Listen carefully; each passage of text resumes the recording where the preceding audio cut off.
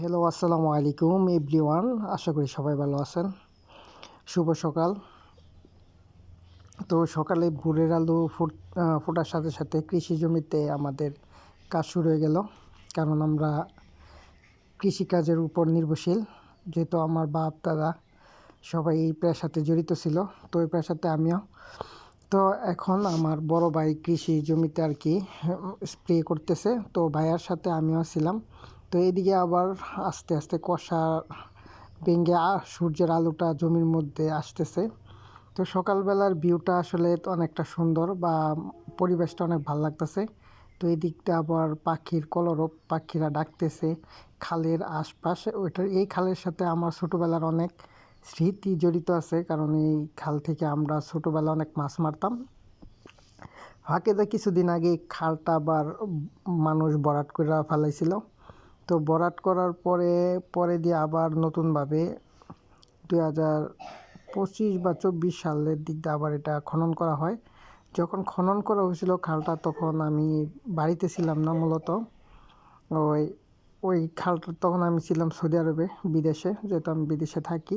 তো আমার নিজের মাতৃভূমির টানে আবারও দেশে ফিরে এলাম। ওইখানে তো থাকতেই হবে, বলার কিছু নাই, করার কিছু নাই। কারণ এটা হচ্ছে আমার মাতৃভূমি, এখানে আসতেই হবে। যেই জায়গায় থাকি আবার এই জায়গায় ফিরতে হবে। তো এখানে সকালবেলা ভাইয়ের সাথে জমিতে আসলাম। ভাইয়া স্প্রে করতেছে, আমি ওর সাথে হেল্প করতেছি, পানি দিতেছি স্প্রেতে। আর এইখানে আমি ঘোরাফেরা করতেছি, ঘোরাফেরা করে আসলে আমার জন্মভূমির মতো আসলে কিছু হতে পারে না, যা বলার বাসায় আমি পাচ্ছি না। কারণ ছোটো থেকে এখানে বেড়ে ওঠা, এখানেই সব। আসলে এখনটার ভিউটা আগের চেয়ে অনেক সুন্দর। এই ব্রিজটা আগে একবার হয়েছিল, হওয়ার পরে রাস্তাটা পুনর্নির্মাণ কাজ চলছিল, তখন দ্বিতীয়বারের মতো ব্রিজটা আবার নির্মাণ করছে। তো করার পরে এখন ব্রিজটা আগের চেয়ে অনেক বড় হয়েছে, যানবাহন চলাচলে অনেক ভালো। ব্রিজটা আসলে এখানে অনেক সুন্দর ভিউ হয়, মানুষ প্রায় সময় সবাই এখানে ঘুরতে আসে। তো আসলে এরকম প্লেসে বা এরকম জায়গায় ঘুরতে বা বিকেলবেলা সকালে, তো মনটা আসলে অনেক ভালো লাগে। আমি আপনাদেরকে জানাবো যে এখানে সবাই আসবেন। আবার এই ফাঁকে না, আমি আমার সবজি চাষ করলাম, মানে সাইডে, যে এখানে সবজি, মানে যেহেতু গ্রামে তো চাষবাস করা অ্যাভেলেবেল, কোনো সমস্যা নাই।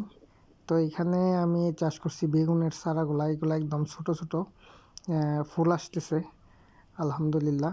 তো চাষবাস করতে আসলেই ভালো লাগে, কারণ নিজের হাতে সব কিছু করতে, যে আমি টমেটোগুলা আসছে, সুন্দর হয়েছে। তো আলহামদুলিল্লাহ, এগুলো করতে অনেক ভালো লাগে। তো আজকের মতো বিদায় নিলাম। আসসালামু আলাইকুম, সবাই ভালো।